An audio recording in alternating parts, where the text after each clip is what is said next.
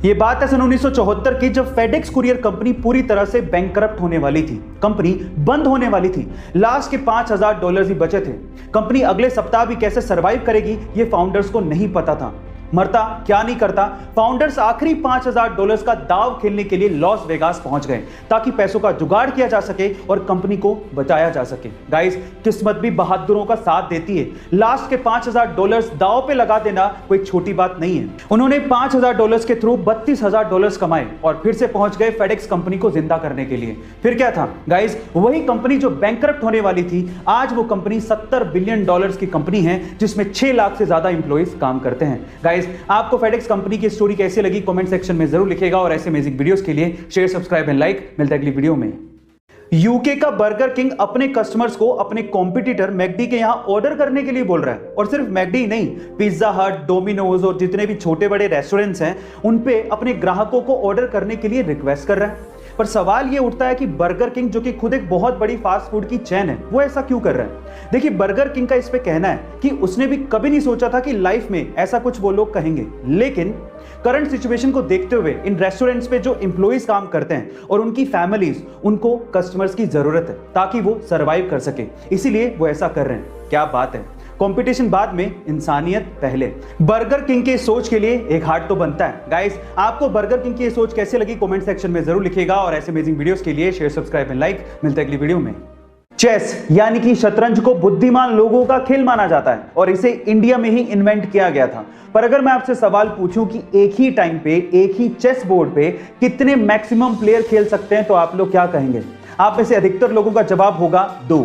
लेकिन इंडिया के भोपाल के रहने वाले आदित्य निगम ने 8 महीने की कड़ी मेहनत के बाद एक ऐसा चेस बनाया है जिसमें एक ही टाइम पे एक ही चेस बोर्ड पे 2 नहीं बल्कि 3 लोग आपस में खेल सकते हैं। मजे की बात यह है कि इसमें कोई एक प्लेयर बाकी दोनों प्लेयर को एक साथ हरा भी सकता है और इस 3 प्लेयर चेस का नाम आदित्य निगम ने ट्राई विजार्ड रखा है। गाइस, दिमाग का खेल बनाने और उसे खेलने में हम भारतीयों का कोई सानी नहीं है। आपका इसके बारे में क्या ख्याल है कमेंट सेक्शन में जरूर लिखिएगा और ऐसे अमेजिंग वीडियोस के लिए शेयर, सब्सक्राइब एंड लाइक। मिलते हैं अगली वीडियो में। हमारे देश में क्रिकेट बहुत ज्यादा पॉपुलर है और कभी कभार ग्राउंड पे खिलाड़ियों के बीच की कंट्रोवर्सी इसे और ज्यादा पॉपुलर बना देती है। गाइस, आपने क्रिकेट के ग्राउंड पे बहुत बार खिलाड़ियों को आपस में भिड़ते और उन्हें आपस में गाली देते या अपशब्द बोलते देखा होगा। लेकिन क्या आपको पता है कि एक खेल का टूर्नामेंट ऐसा भी है जहां पर खिलाड़ी आपस में एक दूसरे को गाली नहीं दे सकते। अगर कोई खिलाड़ी गाली देते पकड़ा गया तो उस पर 14 लाख रुपए तक का जुर्माना हो सकता है। गाइस, उस खेल के टूर्नामेंट का नाम है विंबलडन टेनिस टूर्नामेंट। अब मजे की बात यह है कि विंबलडन को खेलने के लिए अलग अलग देशों से अलग अलग भाषाओं के खिलाड़ी आते हैं। इसी वजह से विंबलडन के अंपायर को अलग अलग भाषाओं में गालियां सीखनी पड़ती हैं, जिससे वो किसी भी खिलाड़ी को गाली देते पकड़ सके और उस पर जुर्माना लगा सके। गाइस, क्या इसके पहले तक इंटरेस्टिंग फैक्ट आपको पता था? और अगर नहीं पता था तो कमेंट सेक्शन में जरूर लिखिएगा और ऐसे अमेजिंग वीडियोस के लिए शेयर, सब्सक्राइब एंड लाइक। मिलता है अगली वीडियो में। गाइस, ये वाईफाई कॉलिंग क्या है? नहीं, मैं व्हाट्सएप कॉल की बात नहीं कर रहा हूं, बल्कि मैं रेगुलर सिम कॉल की बात कर रहा हूं, जिसको भी आजकल आप वाईफाई से कर सकते हो। अब क्या है इसके फायदे, मैं आपको बताता हूं। सबसे पहले तो वाईफाई कॉलिंग को हम लोग वॉइस ओवर वाईफाई कॉलिंग भी कहते हैं, जिसके लिए आपको एक बहुत अच्छा सा ब्रॉडबैंड कनेक्शन चाहिए, एक इंटरनेट कनेक्शन चाहिए। इंडिया में इसे जियो ने और एयरटेल ने लॉन्च किया है।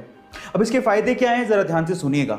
मान लीजिए आपका सिम में नेटवर्क ही नहीं है, या फिर आपका रिचार्ज नहीं है, या फिर सिम में नेटवर्क होने के बावजूद भी आप कॉल नहीं कर पा रहे हो, तो आप वाईफाई से अपने कॉल को कंटिन्यू कर सकते हो। जी हां, आपके सिम के रेगुलर कॉल को कंटिन्यू कर सकते हो और इसके लिए आपको कोई थर्ड पार्टी ऐप की जरूरत भी नहीं है, क्योंकि हर एक स्मार्टफोन में आजकल वाईफाई कॉलिंग का ऑप्शन गिवन होता है।